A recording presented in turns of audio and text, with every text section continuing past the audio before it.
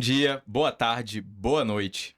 Sejam muito bem-vindos ao VimoCast. Independentemente do horário que vocês estejam nos ouvindo, sejam muito bem-vindos.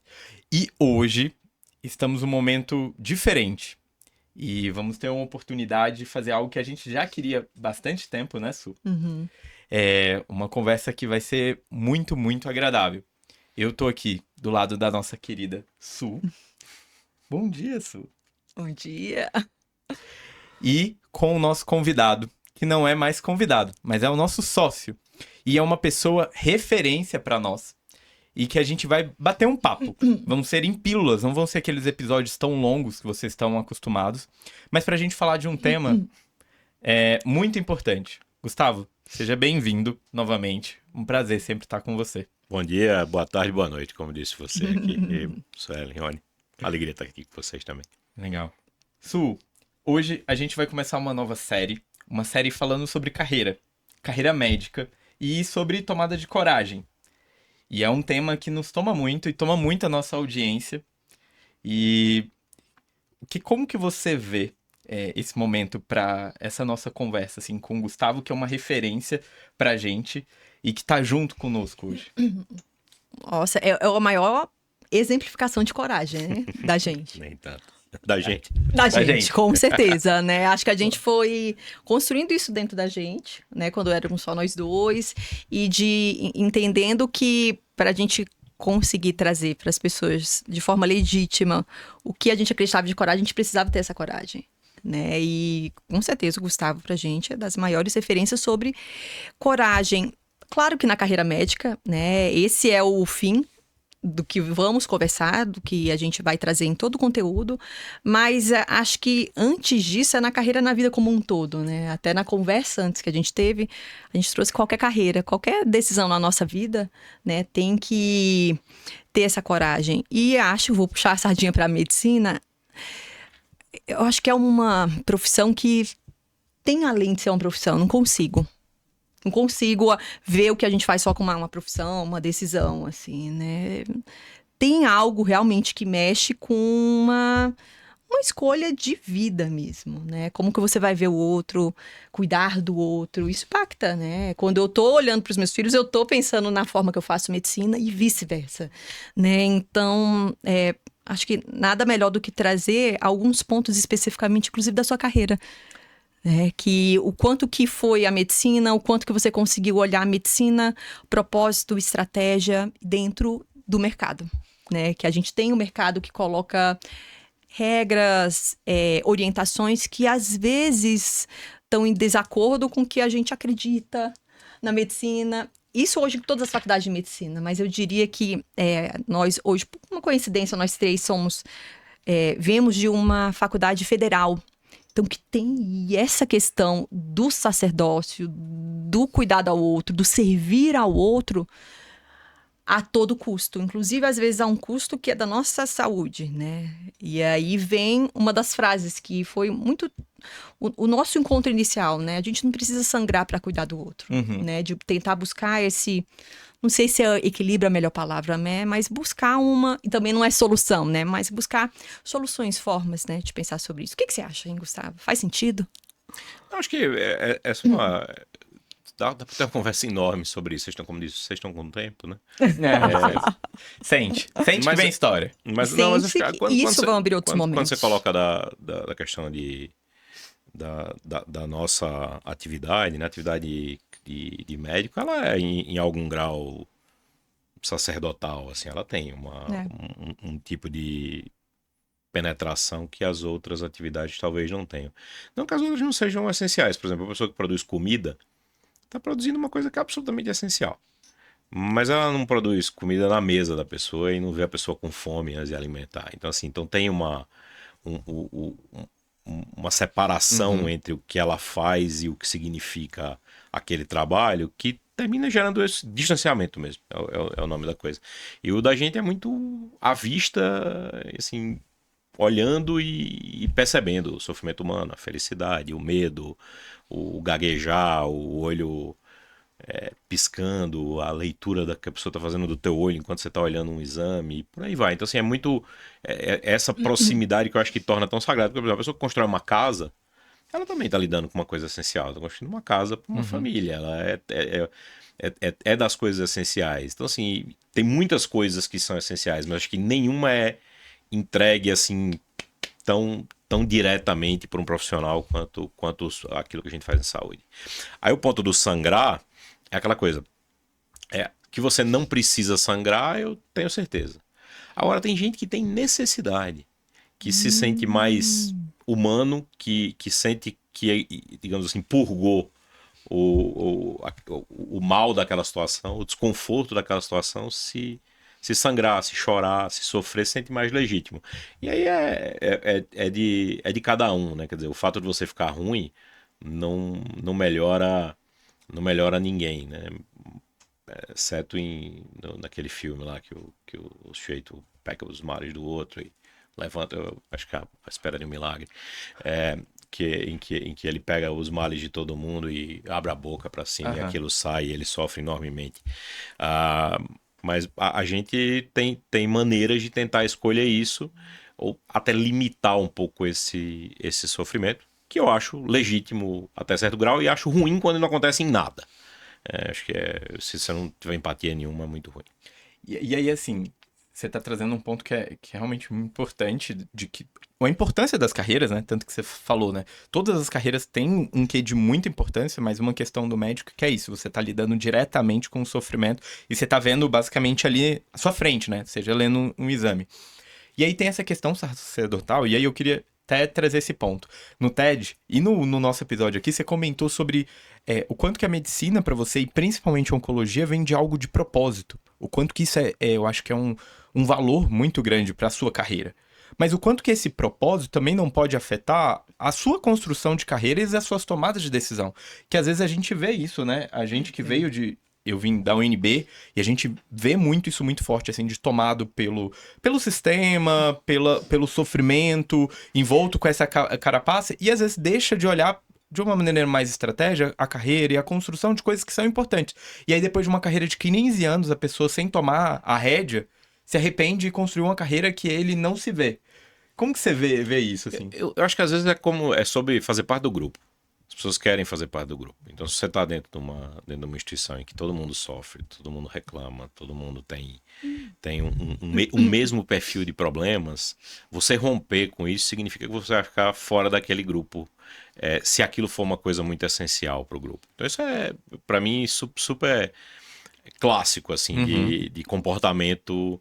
De comportamento de grupo. As pessoas dentro da empresa se vestem do mesmo jeito, pensam do mesmo jeito, olham para as mesmas coisas. Você vai se moldando de acordo com as pessoas que estão do seu lado. Mas uma necessidade de pertencimento sem mesmo. dúvida. Algo totalmente humano e necessário, inclusive, para a sobrevivência. Sem dúvida. Assim, totalmente necessário, concordo.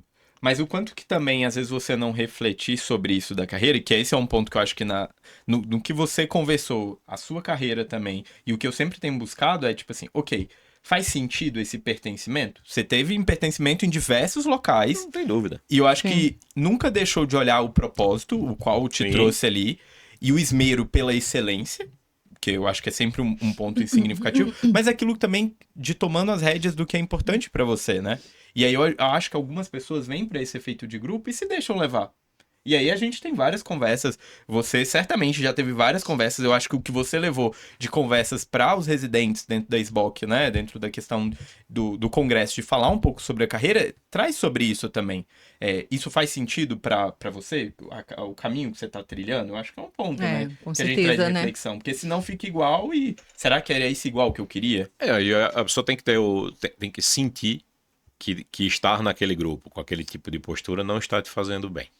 E aí tem que ter o direito de ter uma postura diferente sem necessariamente ter uma ruptura ou sem que aquilo se torne um assunto único na vida. Às vezes você tem 1 milhão de convergências e aí você diverge em um ponto e fica como se você fosse a única coisa. Isso é mais adolescente. O indivíduo adulto, ele amadurecido, ele tende a tolerar divergências razoáveis. Assim, cara, isso aqui eu concordo, isso aqui não. aqui sim, e por aí vai. Então, mas a tendência é, durante o processo de fabricação do indivíduo na universidade, na residência, então, é tentar fazer com que todo mundo saia ao conjunto de valores de quem te forma. E tudo bem também, mas a pessoa tem que descobrir o seu próprio propósito, o seu próprio valor e como aplicar isso da maneira mais legítima possível. Eu acho que parar para questionar. Assim, eu tô aqui porque eu quero ou porque eu simplesmente estou sendo levado por essa necessidade humana, mas a gente tem que olhar com muita cautela de pertencimento, né? Porque senão eu vejo muitos colegas e eu, em vários momentos, me pego também sendo tomada nesse lugar de não, mas é o sistema, é o fora, né? Não, mas é uma decisão, você que escolheu estar aqui fazendo isso, não dá para você terceirizar, responsabilizar um outro de uma escolha sua. Aí você tem que, de novo, ter a coragem de se responsabilizar por sua escolha divergente, dizer, não, eu vou fazer isso assim. E para poder fazer isso, acho que primeiro você tem que ver se você está ok com seus ditames de consciência, se você está com uma... se você está sendo legítimo com você mesmo, se você vai se sentir bem de fazer aquele movimento eticamente. Sim. E a outra coisa que eu acho que é importante e que as pessoas às vezes não exercitam é se der errado, o que eu vou fazer? Porque isso não... Tá bom, a pessoa monta um cenário apocalíptico de uma derrota, se eu fizer um movimento. Mas depois dessa derrota tem outra coisa pra fazer. Você tem o direito de fazer outra coisa. Você não vai ser eliminado da face da terra, perdeu a vida, foi embora. Não, pode ser um insucesso profissional, mas pode ser um grande sucesso. Mas depois disso você sempre tem como se reorganizar, se reposicionar e seguir de novo. Então acho que olhar o worst case cenário com consciência, com lucidez, é algo meio difícil. Às vezes você olha e fala, não, se eu fizer isso e não der certo, o que eu vou fazer? Fazer o quê? Você é médico. Vai continuar sendo médico. Vai arrumar um trabalho de médico. E é isso. Pronto. E aí, Gustavo, pra mim você falou uma coisa muito importante e é trazendo pra quem tá nos ouvindo, uma coisa prática da realidade, não é? Porque isso tá falando, a gente tá conversando aqui, mas pra quem tá vivenciando, né? É muito comum, por exemplo, na oncologia, você tá como terminar a residência, virar médico assistente, trazendo da sua realidade. Como que foi esse momento de tomada de risco de sair do caminho seguro? Tava em São Paulo, ali terminando a residência, poderia ficar como assistente das pessoas referências da oncologia. Ok, vestia a parte ali, né, fazendo parte de pertencimento do grupo, todo mundo querendo estar ali. E aí, como que foi sair desse caminho seguro e assumir o risco de, opa, talvez aqui não seja o melhor caminho para mim com essa consciência? Assim, eu sempre tive muito claro para mim que que os meus momentos de aprendizado era para aprender o que essas pessoas de referência faziam para mim, pessoas que eu continuam sendo referências para mim até hoje, e replicar. Fazer exatamente o que eles fazem. Ou tentar fazer isso à minha moda e não continuar a vida inteira aprendendo com as mesmas pessoas. Essa era a minha visão. De novo, isso requer um pouco de coragem e de colocar a cara no vento. Vai ter o jeito que quer, a sombra e esse modelo a vida inteira e tá tudo bem. Mas não pode reclamar que não fez o movimento que dá pra fazer. Esse é o ponto. Mas pra mim, eu tinha muito claro, cara, eu tenho que aprender. Esse fulano aqui é genial. Beltrana sabe tudo disso e você vai construindo as suas habilidades e na verdade, a formação é pra isso, né? Esse é o objetivo principal.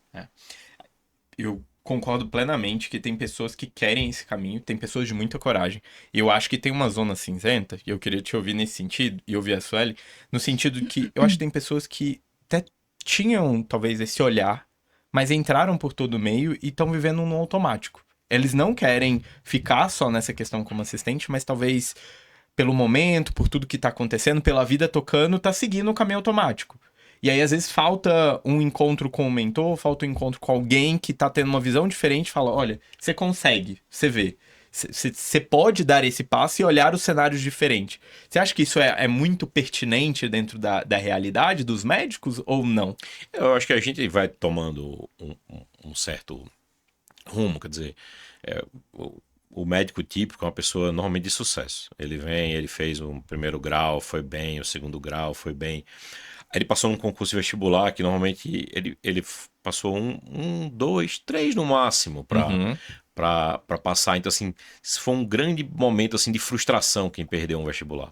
E aí na faculdade, normalmente a gente vai estudando, vai passando e tal. Aí ele chega a fazer uma residência, ele consegue, de novo, de alguma maneira, se posicionar. Porque a gente tá falando de gente especialista aqui, ou conseguiu romper a barreira de alguma forma. Então, depois disso tudo, todo esse longo período de sucesso, se submeter à possibilidade de um insucesso Entendi. é algo que dá um pouco de medo, porque ele já tem ali na família, ele é um vencedor. Então ele já tem na casa dele, nos amigos, etc. Então, como que o fulano abriu um negócio que fechou? Como que o fulano abriu uma clínica que fechou? Tentou ir para algum lugar e voltou.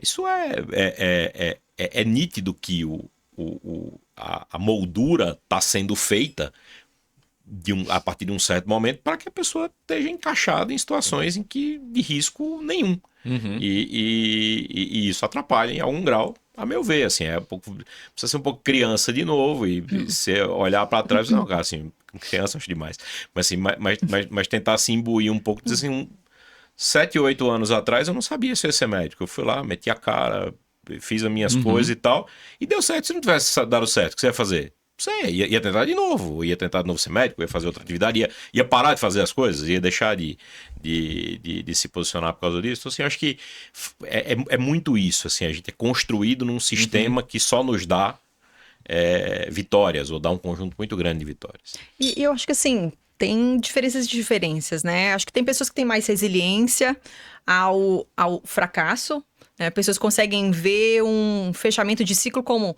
um fechamento do ciclo para algo melhor, e tem pessoas que não conseguem, né? Então, eu acho que, inclusive, ambientes de mentoria que são super importantes para trazer essas estratégias para a pessoa buscar esse crescimento na carreira dela, independente de carreira médica e outras carreiras, mas acho que tem que ter a pessoa de buscar formas dela e ir aumentando essa resiliência dela. Porque senão ela pode até criar uma dependência do outro. Tem algo que alguém que é maior, que conseguiu chegar num lugar melhor do que o meu, que ele que vai me mostrar todos os caminhos. E não é sobre isso, né? Não criar essa. O fechamento de ciclo, assim, ele pode ser para pior também, tá? O ponto é que, assim, o fato de você entender a necessidade de fazer um movimento não faz com que o próximo movimento seja necessariamente melhor. Mas você precisa fazer. Você tem a necessidade de fazer o movimento, inclusive para testar se ele é melhor ou pior. E faz parte. O ponto é que, assim, você sentiu a necessidade de fazer aquele movimento. E se você não fizer, você já sabe a situação. Se você fizer, aí você tem que fazer o melhor cálculo possível. Ninguém quer errar. Mas também não pode se bloquear de todo e qualquer direito de errar. Salvo se você tem uma situação muito específica em que o erro seja muito destrutivo para você. Mas calcular isso com lucidez, não de uma maneira apocalíptica, né? E aqui, até falando sobre coragem e sobre essa mensuração de erros, né, diante de tantas questões que, né, não é. A gente não consegue tanto mensurar tantos, né? A gente tá aqui num ambiente caótico como um todo. Mas teve uma questão, até deixa eu contextualizar. Nós hoje, dentro do cuidado paliativo, ou melhor, dentro da medicina paliativa, não somos ainda uma especialidade, somos uma área de atuação. E aí, um dia desses, depois de muitas angústias, eu acordei com uma vontade, a gente vai criar essa especialidade médica. E claro que ao mesmo tempo falava, claro que não. Quem você acha que é? Isso não vai nunca dar certo. Você nunca vai entrar em contato. E aí entrei em contato com uma pessoa que me levou a outra pessoa e me levou a outra pessoa. E, acho que você poderia pensar, isso há muito tempo. Acho que é uns 6 meses, né? Tem uma pessoa que, junto comigo, criou a especialidade da oncologia. E aí eu fiquei, gente, quem foi essa pessoa que criou a especialidade da oncologia? Eu pensei que a especialidade da oncologia já nasceu como especialidade. E aí, não sei se você conhece o Gustavo Fernandes. Eu não criei a oncologia, vai. Não, mas peraí. A gente criou a validação da oncologia dentro da como MB. sempre, ele muito generoso e humilde. Mas peraí, assim, pessoas se juntaram. E como que foi isso? É verdade. Isso. Era um movimento necessário. Isso era uma coisa que todo mundo tinha. Então, oncologia, como você falou aí, como você descreve com cuidado paliativo, era uma especialidade médica de fato. Então, as pessoas tinham seus problemas oncológicos, iam na oncologia, recebiam tratamento, etc e tal. E, então isso existia. Mas é assim, é uma especialidade mais nova que as outras, de fato, né? Então assim, a gente começa a ter algum oncologista formado na década de 70, a coisinha, e depois na década de 80 começa um pouco mais de formação, Uhum. 90 Como e uma 90. área de atuação? Não, alguém que tivesse noção disso, que aplicasse Ah. técnicas de estadiamento, Uhum. que aplicasse Não era nem nada estruturado ainda. medicamentos. Não, você veja, qual que era a disponibilidade de tomografia na década de 70? Que é a coisa mais básica Uhum. hoje. Quer dizer, era tudo muito. Que medicamentos tinham de oncologia? Quer dizer, guerra contra o câncer, lá, War on Cancer, de 1974. Claro. Então, assim, é uma coisa. Isso é tudo muito recente. Então, outras especialidades já estavam muito mais estruturadas. Então, começou que a oncologia veio muitas vezes a ser praticada por cirurgiões que tratavam câncer. Eles começaram a fazer as coisas grandes hospitais brasileiros de Campobasso e Camargo, no hospital, muito dos cirurgiões Uhum. que começaram a tentar introduzir algum desse tipo de conhecimento, e apareceram os clínicos ali, começaram a andar, e aí, de repente, o conhecimento foi crescendo, crescendo, crescendo, e se tornou uma atividade. E aí, o que se viu? A especialidade ela era certificada sob a forma de cancerologia, aí uma área de atuação de cancerologia clínica ou de cancerologia cirúrgica. Então, você tinha, não Junto. existia cirurgia oncológica, existia cancerologia barra cirurgia, cancerologia cirúrgica, cancerologia barra cancerologia clínica. Mas já existia residência em clínica médica e em e- cirurgia geral. e existia uma residência também em cancerologia barra cancerologia clínica e cancerologia barra cancerologia cirúrgica. Aí você só que a formação, o nível de organização era muito menor, e a sociedade que já existia a SBOC, Uhum. Sociedade Brasileira de Oncologia Clínica, mas quem fazia a prova e titulava era uma sociedade de cancerologia cujo as lideranças eram cirurgiões. Cirurgiões. Então era uma coisa relativamente pouco legítima com a realidade. E a cirurgia oncológica, a mesma coisa.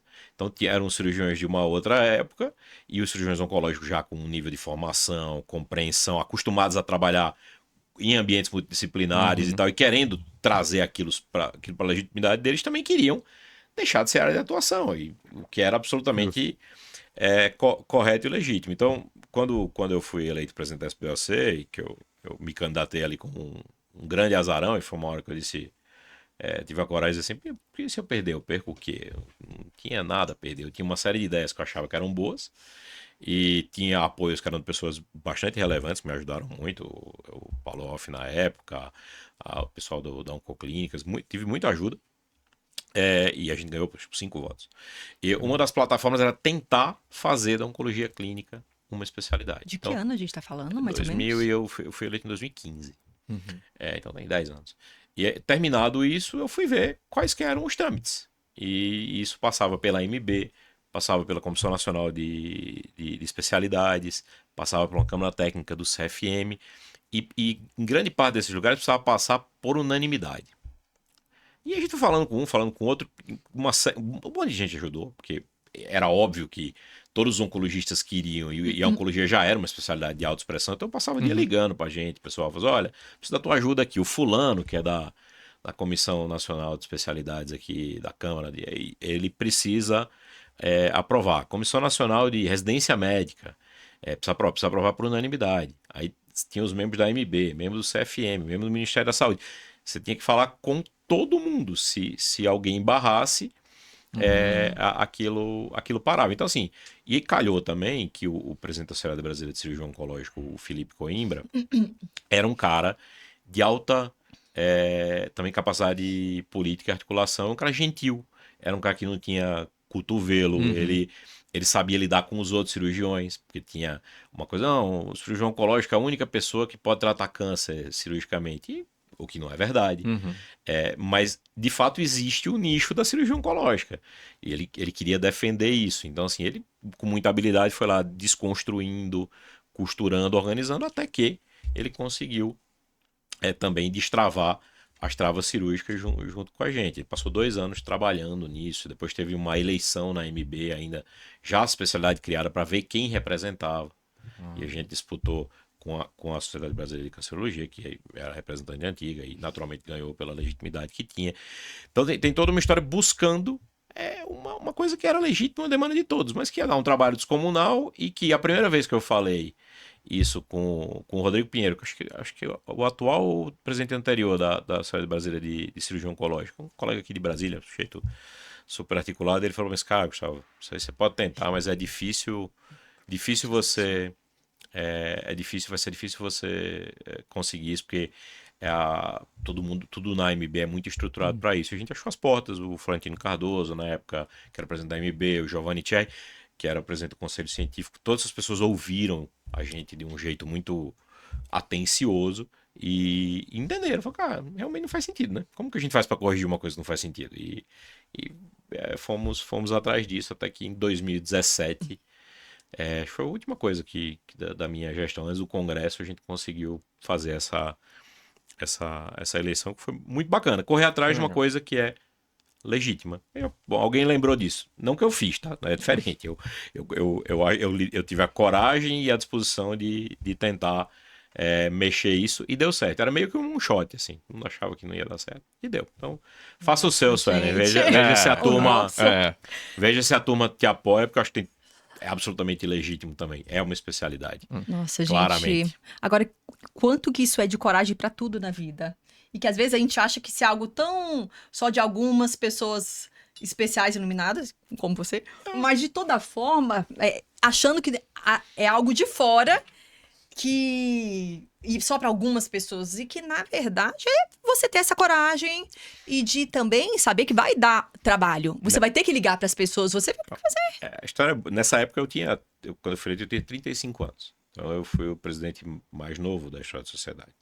E eu ia como membro convidado na reunião científica da AMB, Associação Médica Brasileira, que é o lugar onde estão os presidentes de todas as especialidades. Então assim, é uma reunião de gente de cabeça branca. Eu hoje estaria mais bem alocado lá. E eu tinha que. Eu era parte da minha pauta, quer dizer, eu ia todas, eu não perdia uma. Isso naturalmente sem receber nada, indo pela SPOC, deixando o meu consultório e etc. Então, porque eu achava que isso era um motivo legítimo. E o meu objetivo era participar, falar das coisas da oncologia e buscar um momento do café para fazer o meu pitch. Então, o pitch do elevador era o pitch do café, tinha lá um salgadinho lá e tal, o fulano, tal. Quem que é? O Flávio Gima, aqui de Brasília, era presidente da endoscopia. Do Flávio, o senhor lembra? Demais, tal. Aí tinha o professor lá, o professor Bruno lá da USP, que era do aparelho digestivo. E aí, pô, o professor Giovanni Thierry, e o Dr. Manuel Rocha, era o presidente da Sociedade Brasileira de Radiologia. Eram figuras enormes, mas que a gente ia chegando e com a pastinha debaixo do braço, falando: olha, tô aqui, eu represento essa sociedade, tenho fulano que te conhece, eu também te conheço disso e tal. E a gente acha que os melhores caminhos não são esses, são aqueles. A gente queria muito estar aqui com vocês, de uma maneira não como convidado, mas como um membro legítimo. Foram 2 anos de presença, campanha e, enquanto isso, mexendo por dentro da AMB, depois no CFM, depois nas comissões. Foi um trabalho que assim, eu não sei como eu fiz. Eu não sei como eu consegui liderar isso na minha época, nessa época aqui, como médico, tá atendendo todo dia, fazendo consultório, mas foi assim, com as pessoas que me ajudavam também aqui no Sírio na época a cuidar da clínica, ajudar os pacientes, ajudar administrativamente, e na SBOC um monte de gente que também ajudou a gente a bater lata. A causa era boa, mas precisava do apoio necessário. Mas, Gustavo, e assim, pensando naquele momento, passava na sua cabeça ou no seu coração alguns medos assim de não vai dar certo? Quem é você perto do Flávio Regime? O que você fazia com isso? Ou nunca veio isso? Acho que a gente fala sobre segurança, sobre autoestima. Como que era isso pra você? Eu achava que era certo e que dava pra fazer. E, assim, se eu achasse que o sujeito, se ele tirasse alguns minutos para me ouvir, e eu tinha um lugar de fala, eu era presidente da SBOC, eu tinha as pessoas que me referendavam, turma mais velha, super respeitada. O Paulo Hoff, o Arthur Katz foi presidente da sociedade, Sérgio Simon, que foi presidente depois, mas que era um oculista super respeitado e também teve junto com a gente, turma no Rio de Janeiro, lembra lá da Clarissa, que é a presidente hoje, Clarissa Baldo, ajudou um monte de gente. Então, a gente tinha o espaço para ser ouvido. Você acreditava, né? E você acreditava naquilo que você estava falando, Mas né? o Carlos Fernando, que é do Sindicato dos Médicos aqui, me abriu várias portas. Com o César, que hoje é o presidente da MB, eu lembro, peguei um avião, fui lá tomar um café com ele no Oscar, lá em São Paulo, para conversar sobre isso. Cara, a gente tem isso. Eu acho que o caminho certo é esse. Eu queria a Febrasgo, que era a ginecologia, junto com a gente nisso. Aí ele falou assim, eu preciso que você me destrave essa conversa do cirurgião oncológico, porque o processo era o mesmo. Era abrir isso, preciso que você me destrave essa questão com o cirurgião oncológico, porque os ginecologistas operam a maior parte dos cânceres também vai operar. de aparelho ginecológico feminino, de aparelho ginecológico, e aí tem essa... Não, bom prazer, vamos trazer o Felipe aqui, vocês vão conversar, vocês vão achar um canto onde vai estar todo mundo confortável e o certo vai estar sendo feito. O ginecologista que é habilitado e que tem nível de aprendizado para isso vai fazer, e o cirurgião oncológico vai fazer aqueles casos que se julga que sejam os corretos. Então, tá sendo divertido lembrar disso aqui. Tem muita história boa. E sabe o que eu acho? E assim, né? Até você falando, tá divertido e lindo, porque acho que quando a causa ela é realmente forte, grande, você vê que outras causas vão se abrindo também, tão importantes quanto. Isso é muito legal. É interessante, assim. Mas é isso. E se desse errado? Ia continuar a mesma coisa. Eu ia ser o cara que tentou isso e tudo bem, não deu certo. Fazer o quê? Mas era legítimo, era certo, e a posição que eu tava, na minha opinião, requeria isso de mim. E qual que era o maior ganho que eu poderia ofertar? A gente fez outras coisas, a gente montou uma sede bacana, a gente fez a primeira semana brasileira de oncologia, com 7 mil pessoas no Rio de Janeiro, foi um negócio enorme. A gente fez uma revista, a gente criou um programa de fellowship para mandar gente para fora do Brasil, a gente criou um negócio que chama SBLC Review, que é um resumo dos artigos mais significativos. Fez um monte de coisa. Profissionalizou enormemente a SBLC. Mas a coisa mais significativa para a sociedade de médicos especialistas é representar e titular e participar da formação e da titulação dos seus membros. Então, assim, essa era a pauta número 1. De novo, podia dar errado, mas se desse errado ia continuar igual estava. O que não dava era para ter esse sentimento de que essa era a coisa mais importante a fazer e não fazer. Isso não dá para tolerar, não dá para dormir com isso. E Gustavo, eu imagino assim, talvez eu tenho muito interesse nessa área de construção e isso que você fez é ajudar a construir a medicina. De maior ou menor nível, é isso que foi feito. Porque você participou de algo que é importante e que, sem sombra de dúvida, mudou a qualidade da formação dos médicos oncologistas. E não só dos oncologistas, mas uma organização.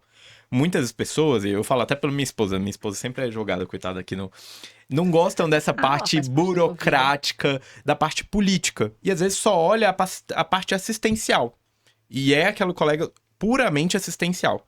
Você não deixou de ser, mas você teve que trabalhar em outros contextos. E aí Até porque ele sendo da parte assistencial, ele sabia as dores, as necessidades, né? É só assim, senão fica só um cara burocrata e aí vai fazer questões... O que eu acho é de que isso é sobre o paciente, não é total, sobre... É sobre... Esse é o fim. Exato. Este é o fim, né? São as pessoas. E aí eu queria lhe perguntar no sentido assim, como passar por esse trajeto que eu imagino que você enfrentou barreira institucional, enfrentou... Pelo que você contou aí, foram muitos desafios. Mas como que isso te ajudou no seu olhar de longo prazo? Como você falou, super jovem, ali num local de cabeças brancas, mas como que essa experiência mais burocrática e institucional na construção da medicina te ajudou nessa visão a longo prazo para sua carreira mesmo? Eu acho que assim, eu tendo a ser relativamente pragmático, objetivo, tenho às vezes pouca paciência com muita conversa. Mas eu tenho que fazer um esforço para entender que a gente não consegue fazer mudanças muito grandes se a gente não trouxer gente junto e não fizer alinhamentos e não sentar com as pessoas entenderem aquilo que a gente está pensando, se a gente não der explicação daquilo que a gente está fazendo. Então, e a política no final das contas, é muito isso, e é essencial. A gente vive no Brasil e a gente faz da política, nos nossos comentários, uma coisa negativa, sem fazer juízo de valor. Sim. Por outro lado, toda a vida de nós, toda a nossa vida é influenciada por decisões políticas das quais a gente não participa. Eu já deixo claro aqui que eu não sou candidato, a minha mulher fala, você, eu falo, não sou e não quero. Mas eu entendo que a política institucional, o alinhamento com seus colegas, buscar entender a realidade do outro e explicar a sua, porque às vezes o cara acha que você está fazendo alguma coisa, porque você quer alguma coisa para você, porque aquilo vai te dar alguma vantagem, ou financeira, ou XPTO. Pode até dar também, mas o ponto é que se você quiser fazer alguma mudança relativamente grande, você vai ter que envolver um grupo maior de pessoas. E isso requer algum grau de habilidade política, que não precisa ser inata, pode ser também aprendida, sem dúvida nenhuma. Perfeito. Tem jeito. E aí, nesse período, eu imagino que foi um momento que você olhou muito para o futuro da medicina e o futuro da especialidade como um todo, né? E aí, assim, já se passaram mais de 10 anos. Como que você, do que você vislumbrava lá atrás e do que você está vendo hoje, não só de formação, mas da carreira mesmo, né? A especialidade cresceu em Brasília. Eu sei que antigamente, como várias outras especialidades, você tinha um grupo bem pequeno de vários especialistas. Hoje já tem muitos outros especialistas. Como que você vê isso no nosso país que é continental, né? Acho que assim, a oncologia brasileira, primeiro, ela tem um nível muito alto.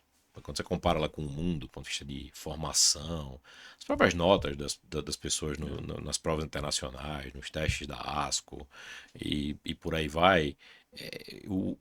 Eu fiz uma formação internacional também e vivi o oncologista brasileiro. Eu sei que a diferença, se é que existe, não é grande com relação aos melhores centros em do nível mundo. de formação, em termos de formação. Então é espetacular. Assim, Formação eu acho. Eu sou técnica. muito confiante da parte técnica da turma. E cada vez mais isso é reconhecido fora do Brasil e no mundo. Então essa era uma coisa. A outra era que isso não se replicava no ambiente da sociedade. Porque politicamente as pessoas estavam descoladas da sociedade. Os muito bem formados eram os diferentes.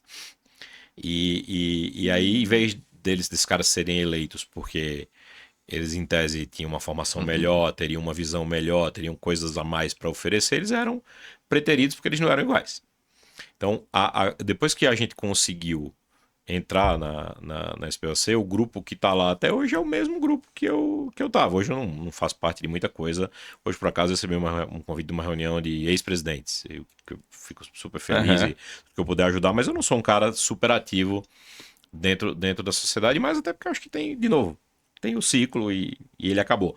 Mas todo congresso eu vou, sempre me convidam para participar e eu acho super importante estar lá.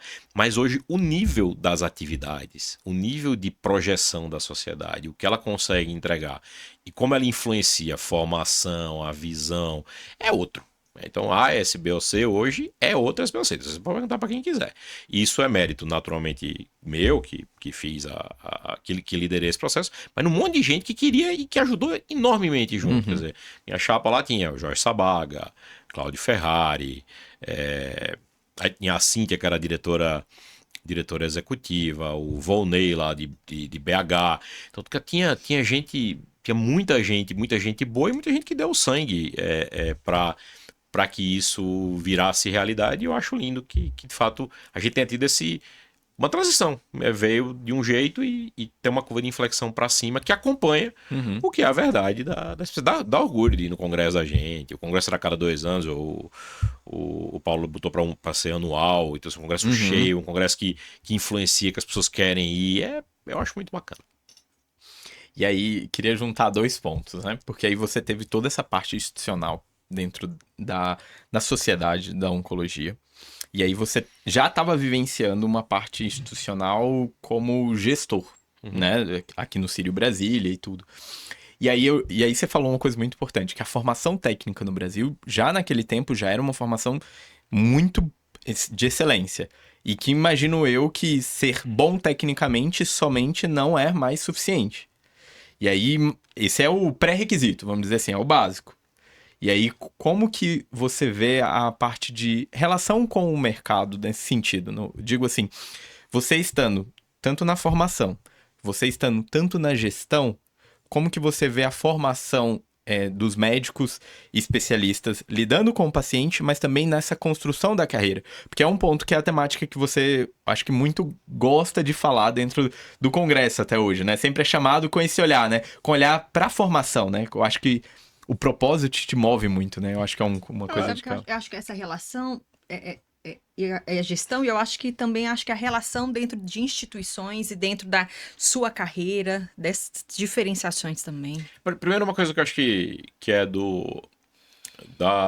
tem algumas coisas que são da natureza da minha especialidade, que me colocaram numa maneira de enxergar as coisas que é mais simples, talvez, do que, por exemplo, na de vocês. É mais fácil para mim enxergar as questões mercadológicas do que alguém que faz cuidado paliativo. Por quê? Porque quando eu entrei na oncologia, a oncologia estava fazendo uma transição das clínicas dos médicos para os hospitais. Continua existindo clínica dos médicos, mas esse movimento foi muito internalizado dentro das estruturas hospitalares ou em grandes grupos, consolidações. Por quê? Porque os médicos conseguiam desempenhar uma atividade empresarial ali dentro da sua própria clínica. Então existia uma maturidade em algum grau de negócio, de modelo de pagamento, de prestação de serviço com compra e venda de material sendo parte da clínica. Então, grande parte dos oncologistas de sucesso de, 30 anos atrás, da geração antes da minha, eles fundaram seus próprios serviços. Os pacientes precisavam ser tratados, queriam ser tratados, eles assumiram a responsabilidade de cuidar além daquilo que era o consultório. Então, de fazer os tratamentos ali dentro, de montar estruturas, de lidar com cadeia de suprimento, com manipulação de remédio, com prazo de pagamento, com coisas que os médicos não são habituados a lidar. Então, foram empresários e fizeram isso. E isso então, se ensina na residência? Não se ensina, de jeito nenhum. Ninguém ensina isso. Mas a gente olha e vê. E quem que é o fulano de tal? Uma clínica em São Paulo que hoje pertence a uma clínica chamada CPO, Centro Paulista de Oncologia. Esses caras eram os caras mais bem-sucedidos da oncologia brasileira ambulatorial. Era o Sérgio Simon, o Jacques Tabakoff, o Arthur Katz, acho que René Ganzel, o Alberto Abramoff. Era uma comunidade com bastante judeu, eles atendiam dentro do Einstein. Os médicos brilhantes, caras super bem informados. E eles montaram uma atividade ali empresarial, entenderam isso e conseguiram, e atendiam muito bem, conseguiram fazer esse atendimento muito bem. E eles todos continuaram sendo pessoas de evidência dentro da carreira como médicos. Aí você olha e fala, legal, isso é diferente de outras especialidades, né? Quer dizer, um endocrinologista que é professor titular ou que é referência numa área, que foi presidente da sociedade, raramente ele vai ter uma atividade empresarial paralela. Na oncologia isso já existia. Então isso já abre para você, como residente, um olhar de o que esses caras estão fazendo? Qual que é por que isso é bom? Por que isso é importante? Por que isso foi bom para a vida deles, para a carreira deles e etc e tal. Então acho que tem um pouco isso. E aí, assim, quando isso começou a ser trasladado para dentro dos hospitais e para dentro das redes, etc., precisava que o médico que liderasse isso tivesse algum olhar em cima desse ecossistema de negócio, porque o hospital não queria matar a atividade empresarial, o hospital queria trazer para dentro, o que eu acho adequado. Eu acho que a oncologia dentro dos hospitais, ela ou muito atrelada a estruturas hospitalares, com acordos, etc., ela é mais bem, ela é vivenciada de uma maneira melhor.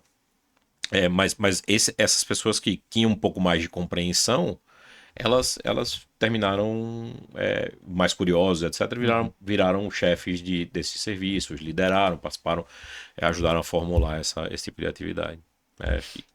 É pouco assim. E isso, naquele momento, como você falou, né? De uma geração antes. E aí você participou dessa transformação, desde que começou a ter investimentos externos, né? E aí onde as grandes redes surgiram e tá dentro do hospital, a gente vem para uma nova realidade. E aí até você perguntou, né?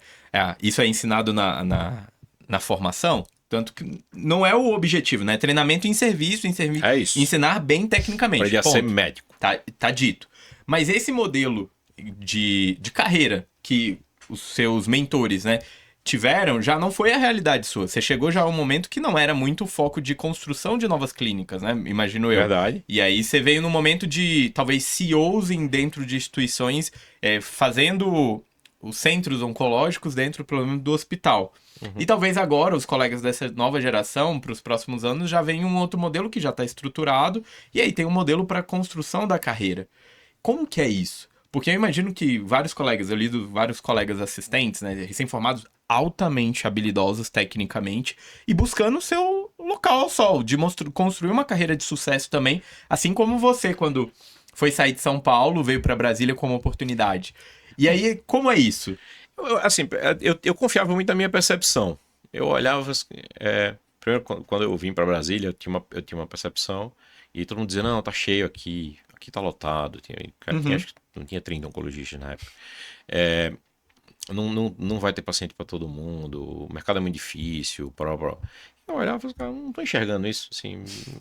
Enxergando no sentido de... eu não tô olhava, vendo fatos. Acho que dá. Ao contrário, acho que dá, acho que consegue prestar um serviço melhor, tem uma série de camadas de serviço que a gente consegue introduzir aqui e melhorar. E assim, de novo, eu tinha na época 29 para 39 anos, que eu terminei a minha terceira residência, quando eu vim pra cá, 29 para 30. Eu falei, se eu errar, beleza. Eu falei pra minha esposa, se errar, errou e tá tudo bem. Mas eu olhava e achava que aquilo tava certo. E aí, de novo, quando eu comecei a ir bem no consultório, eu trabalhava numa clínica, na Covid, na Sul. E aí eu falei assim, cara, mas o pessoal fala que é muito difícil, que não pode abrir, que não sei o quê, que isso, que aquilo, mas eu tô olhando aqui, tô vendo que é factível. Então, assim, acho que eu queria ajudar a ampliar, eu queria ter uma participação societária, eu queria participar daquilo de uma maneira mais viva, até que quando surgiu uma proposta para eu ir liderar a implantação da Oncologia do Sírio aqui, eu falei, não, acho que aqui faz mais sentido, porque acho que é uma tese melhor, mais longa. A gente tinha um projeto de um centro de oncologia, se ele prosperasse, aí tinha os outros passos do hospital e etc, que poderiam acontecer. Ninguém nunca disse que ia acontecer. Tá? Aconteceu com muito esforço, mas eu achava que era uma tese com uma construção melhor e mais atrelada ao propósito de construir uma linha de cuidado bacana para o doente e tentar fazer um trabalho melhor como um todo. Então, assim, tem um pouco disso, assim, também de não se conformar. Não, é muito difícil. Eu olho e falo, mas será que... Por que é tão difícil assim? Qual que é eu não consigo... Talvez...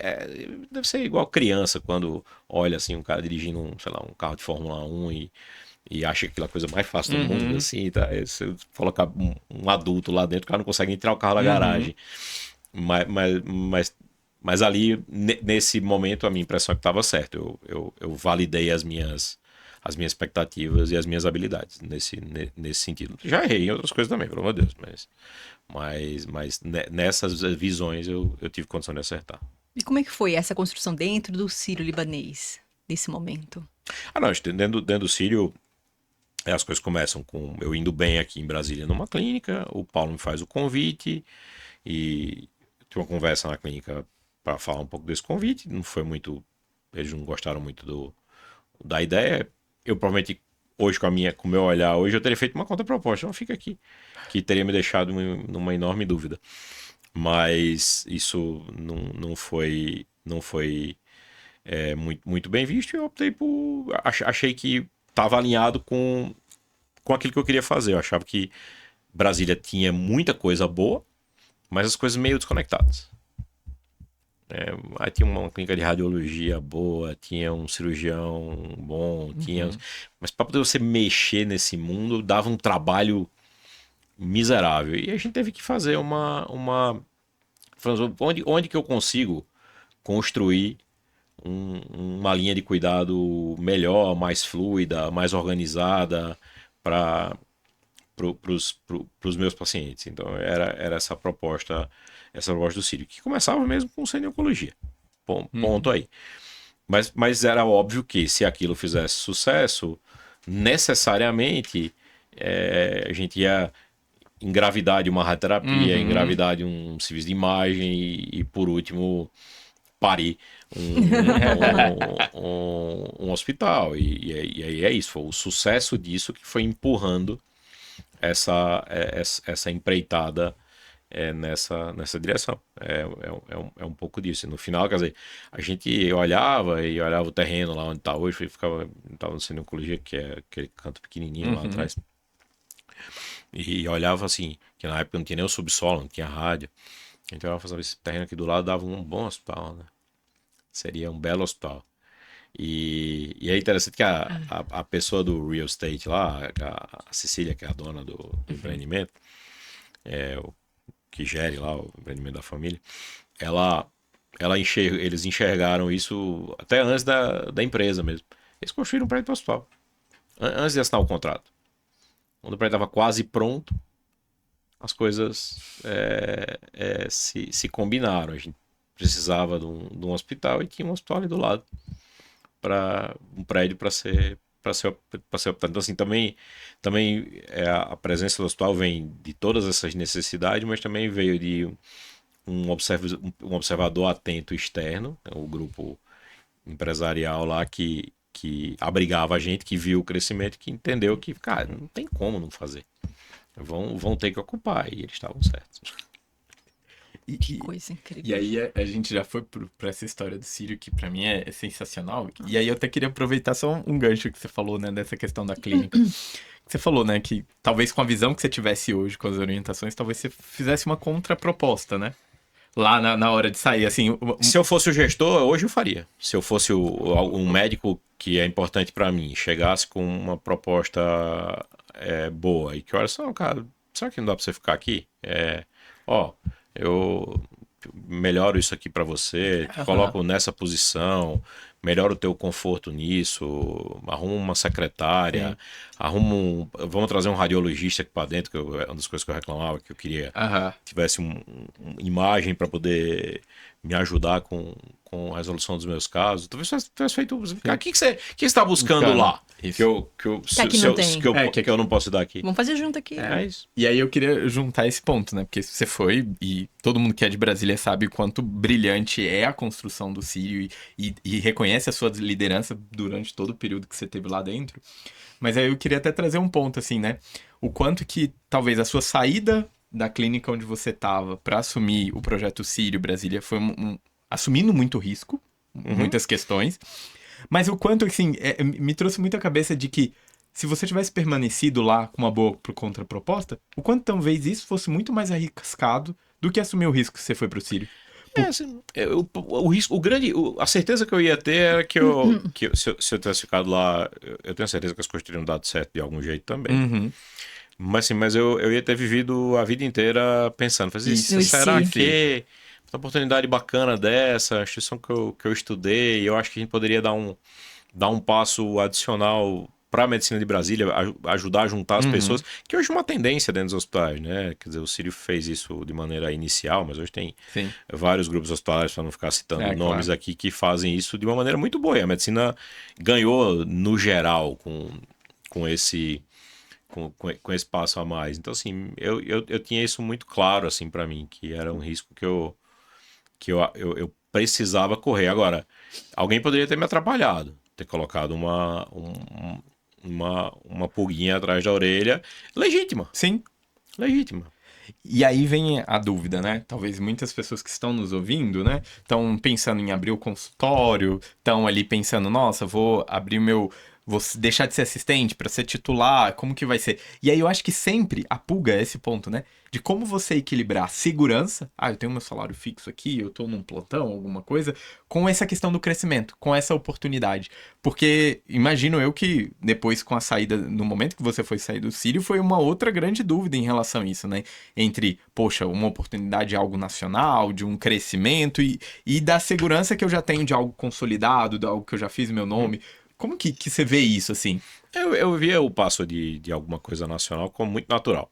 Era uma coisa que eu precisava fazer. Eu achava que... Pra você, tava dentro do meu coração. Eu queria fazer. E terminou que hoje tá feito, tá em construção, mas tem muita coisa já organizada. E tem passos ainda significativos para dar, mas dá para dizer que é um projeto que foi feito, né? Funciona e tá aí. Eu olhava e falava, acho que dá para ajudar mais. Uhum. Do ponto de vista, também não era um grupo de gente iniciante, né? Era um grupo grande, a DASA, uma família da família Bueno, eles são investidores do setor saúde no Brasil há décadas, pessoal super sólido, sério. Uhum. Então, assim, nesse momento, não é que eu estava indo para uma startup, mas eu estava indo para uma empresa que não tinha o coração Sim. da oncologia. A oncologia não tava lá, não era uma empresa de diagnóstico que estava começando a fazer hospitais. Então tem um período de adaptação de deserto que é significativo. Adaptação de deserto. Você tem um desertão lá, e você fala, aquela coisa, deserto é passagem, né? Não dá pra ficar no deserto para sempre, mas tem uma época do deserto que você se vê desvinculado, não emocionalmente, mas profissionalmente, de pessoas que você conviveu por anos e que são seus amigos, porque tem como você conviver por anos com outras pessoas e não querer bem. E também foi uma opção que eu fiz que para mim era o legítimo, que era ir não atrapalhando o projeto que eu tinha feito. Quer dizer, não ficar esburacando, dando pedrada. Até hoje eu tomo o maior cuidado quando alguém vem me pedir alguma coisa. Não, eu queria ir trabalhar lá com vocês. Os caras, é isso mesmo, tal. A gente tem como construir sem destruir. Acho que esse é um cuidado que se tem uma coisa que eu quero ser lembrado é como uma pessoa que constrói, não como uma pessoa que destrói uma coisa para construir outra. Não me agrada. Mas essas transições são difíceis, de fato. Tem uma coisa já feita, consolidada, e com ainda algum potencial de crescimento, de manutenção, etc e tal. E tinha uma coisa nova para fazer. Na idade que eu tava, eu olhei e falei, eu acho que dá para encarar.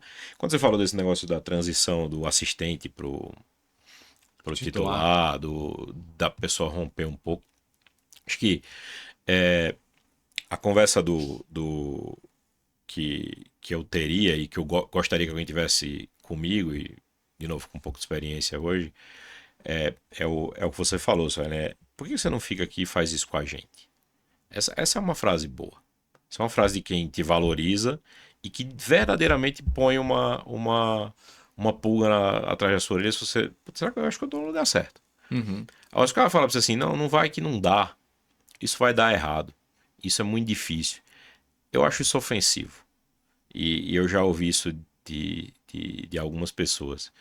Inclusive em coisas que deram errado, tá? Mas tudo bem. Eu acho isso ofensivo. Acho que assim, você tem que ter muito jeito para dizer para alguém que ele não pode fazer alguma coisa e não gerar um sentimento muito negativo. E se de fato o cara acredita em você e acha que você é bom e que você tem que ficar porque você é bom, eu acho que ele tem que tentar achar um intermediário entre o projeto que você faria sozinho e o projeto que vocês fariam juntos, que aí talvez seja um lugar onde alguém que te quer muito bem e quer ter você perto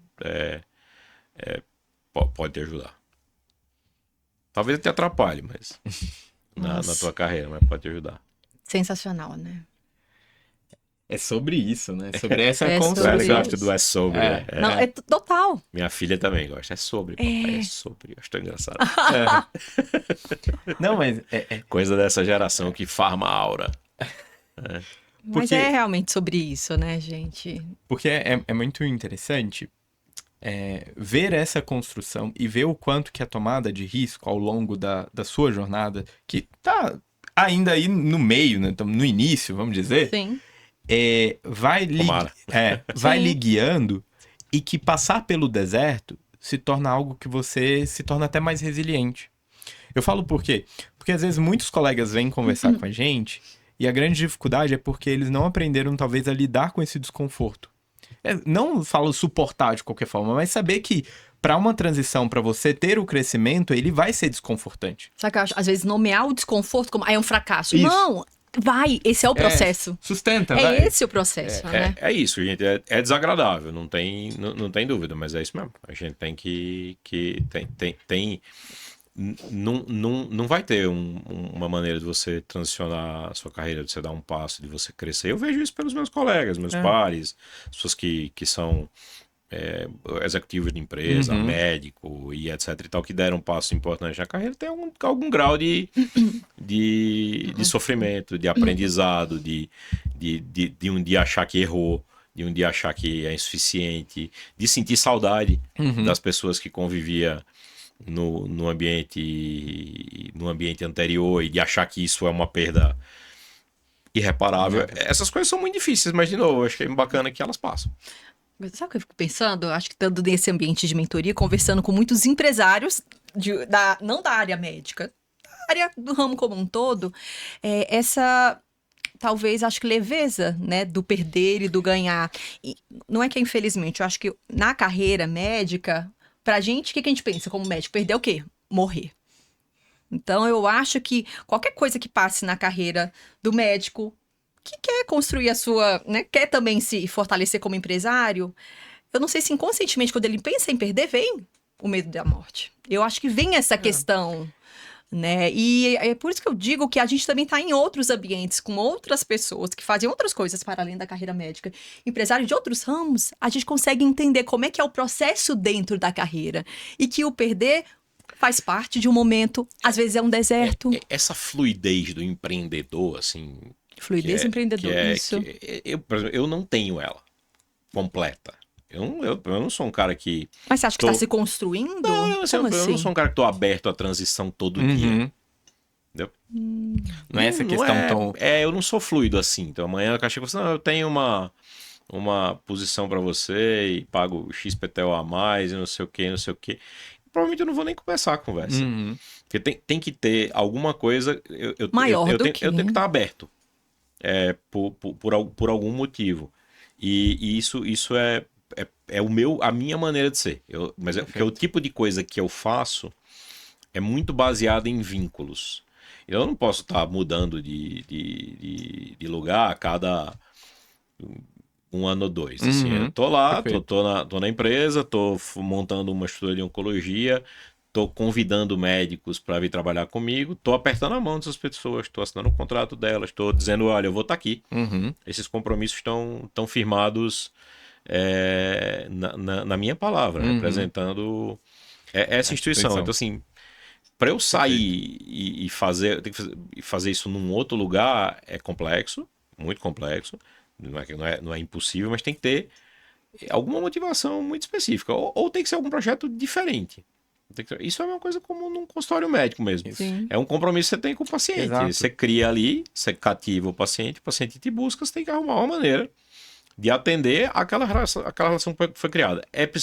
Ela é necessariamente para sempre?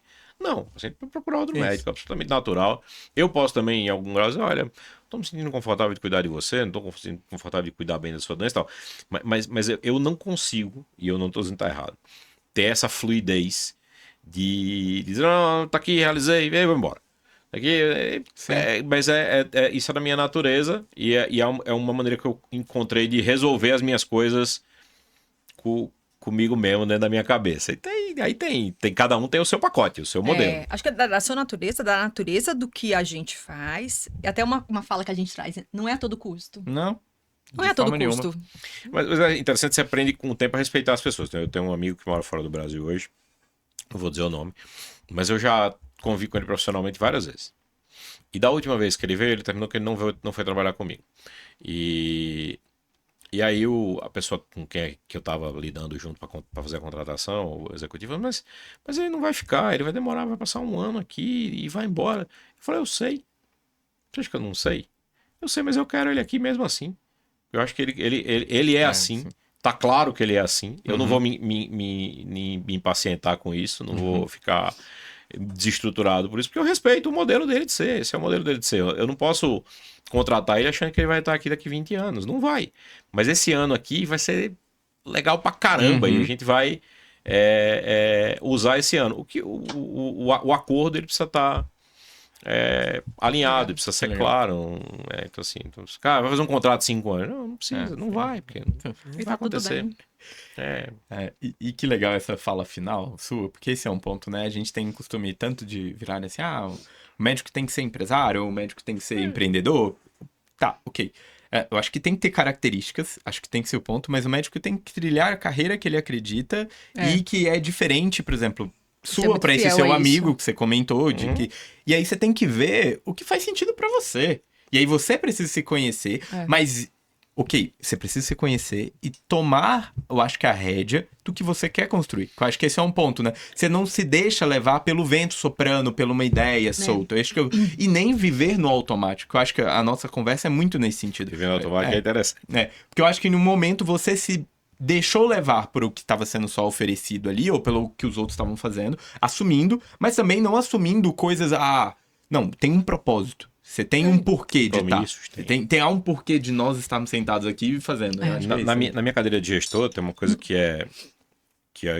esse caso especificamente me ajuda a aprender. Que é, por exemplo, a lidar com a geração mais nova. Que com 15 anos de diferença, você tem pessoas que têm modelos de trabalho diferentes. Eles querem coisas diferentes.